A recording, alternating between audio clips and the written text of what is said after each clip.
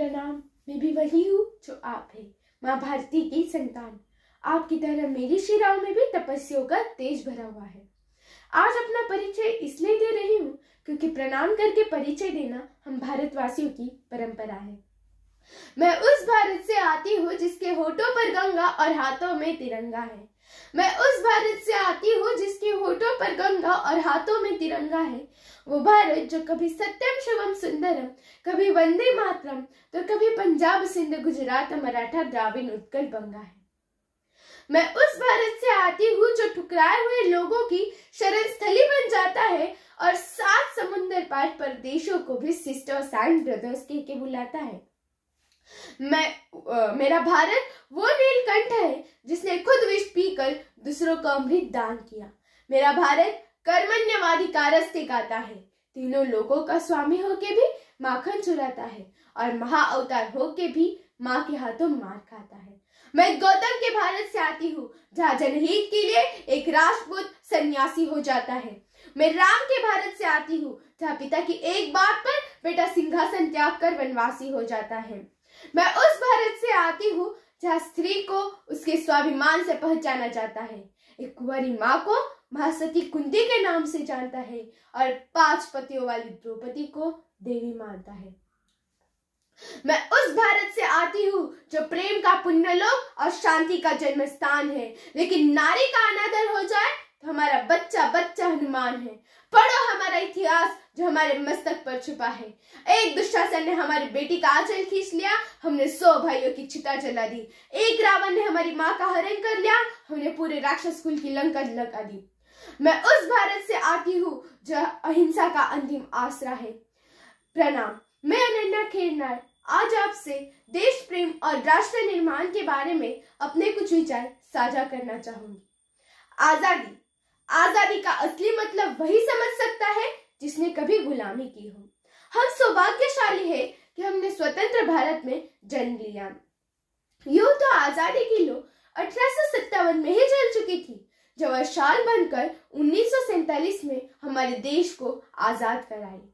प्राचीन, मध्यकालीन और वर्तमान भारत के उदाहरणों से यह स्पष्ट करना चाहूंगी कि जब हम फिरंगियों के फेरे में फंस गए थे तो रंगते बसंती चोला की एक आवाज पर टोलों के टोले उमड़ आते थे और उनके वंदे मातरम के नारों से खून में आने वाला 5-5 डिग्री का तूफान अंग्रेजी शासकों की जड़ों में तूफान ला देता था।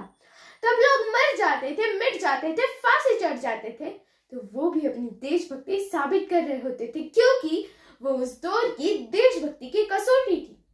उसके बाद 62, 65 और 71 के युद्धों में अपना सुहाग गवा देने वाली औरत जब घर के हालात त्यों हो जाया करते थे, प्यार भी भरपूर गया, मांग का सिंदूर गया, नन्ही नूनी हालों की लंगोटियां चली गई, छोटी छोटी बेटियों की चोटियां चली गई, बाप की कमाई गई, भाई की पढ़ाई गई।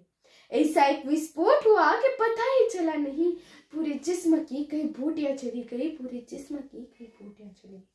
और आपके लिए तो एक आदमी मरा है साहब, लेकिन मेरे घर की तो रोटियां चली गई, मेरे घर की तो रोटियां चली गई। ऐसे हालात पैदा हो जाने के बावजूद एक माँ अपने बेटे को सरहद पर दुश्मनों की ध्वजा उड़ाने के लिए भेज देती थी और पत्र में लिखा करती थी कि अम्मा ने खत लिखा है बड़े ही चाव से, अम्मा ने खत लिखा है बड़े ही चाव से, पुत्र मेरे ना घबरा जाना, 1 इंच भी पीछे ना हटना, चाहे इंच इंच कट जाना, चाहे इंच इंच कट जाना। इस प्रकार पूरा परिवार अपनी देशभक्ति साबित कर रहा होता था। तब देश बलिदान मांगता था, तब देश लड़ जाने को कहता था, तब देश मर जाने को, मिट जाने को, फांसी चढ़ जाने को कहता था। किंतु आज देश लड़ जाने को नहीं कहता, आज देश मर जाने को, मिट जाने को, फांसी चढ़ जाने को नहीं कहता, बल्कि मेरे विचारों में अगर कोई व्यक्ति अपना काम पूरी ईमानदारी, पूरी लगन, पूरी सच्चाई से करे ना, तो यही उसकी सच्ची देशभक्ति है। मैं नहीं मानती कि फेसबुक और व्हाट्सएप की डीपी को 3 रंग में रंगना ही देशभक्ति है।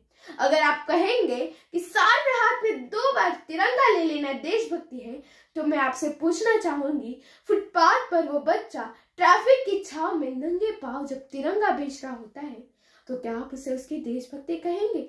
नहीं, यह उसकी देशभक्ति नहीं है, उसकी मजबूर कर रही है, क्योंकि ना मस्जिद को जानते हैं न शिवालों को, ना मस्जिद को जानते हैं न शिवालों को जानते हैं। जो पेट के भूखे होते हैं ना, वो सिर्फ भोजन की निवालों को जानते हैं, वो सिर्फ भोजन की निवालों को जानते हैं। हमारे देश, हमारे समाज के लिए समर्पण का भाव है देशभक्ति।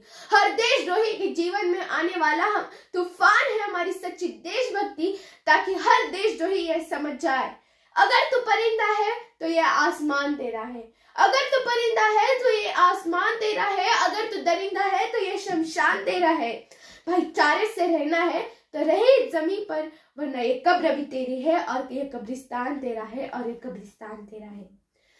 आज के इस दौर में वो युवा जिनके ऊपर जिम्मेदारी थी हमारे समाज, हमारे देश की आशाओं को बांधे रखने की, वही युवा 4 बाय 4 इंच की छोटी सी स्क्रीन पर अपनी कोमल उंगलियों की घर्षण मात्रा से हमारे अपनी भावनाओं की इमोजी भेज रहा है। 4 बोतल टोट का काम मेरा रोज का भारत के भविष्य को तबाह कर रखा है।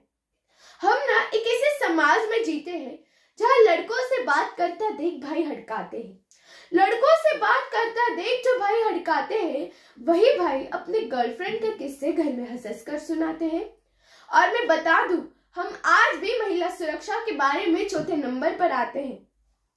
हम एक ऐसे समाज में जीते हैं जहाँ पत्थर की मूरत को लगते हैं 56 भोग, जहाँ पत्थर की मूरत को लगते हैं 56 भोग, और भूखे नंगे तड़पते सो जाते हैं लोग, भूखे नंगे तड़पते सो जाते हैं लोग। मजबूर को मजबूर समझे मजदूर को मजदूर समझे मजबूर नहीं, गरीब को काम दीजिए दान नहीं। यदि दान देने के लिए उत्सुक है तो जीते जी रक्तदान दीजिए, और मरने के बाद अंगदान देकर किसी मरते हुए को जीवन दान दीजिए। यही सच्ची देशभक्ति और यही सच्चा राष्ट्र प्रेम है। न सरकार मेरी है न रब मेरा है, न सरकार मेरी है न रब मेरा है, बस इतनी सी बात का गुरूर है मुझे कि मैं भारत की हूँ और ये भारत मेरा है और ये भारत मेरा है। आखिर मैं बस इतना ही कहना चाहूंगी, मेरा हिंदुस्तान महान था, महान है, महान रहेगा। मेरा हिंदुस्तान महान था, महान है, महान रहेगा। होगा हौसला सबके मनों में बुलंद तो एक दिन पाकिस्तान भी जय हिंद कहेगा। पाकिस्तान ही क्यों, सारा जहां जय हिंद कहेगा, क्योंकि सारे जहां से अच्छा हिंदुस्तान हमारा, हम बुलबुले हैं इसके, ये गुलिस्तान हमारा, ये गुलिस्तान हमारा। धन्यवाद।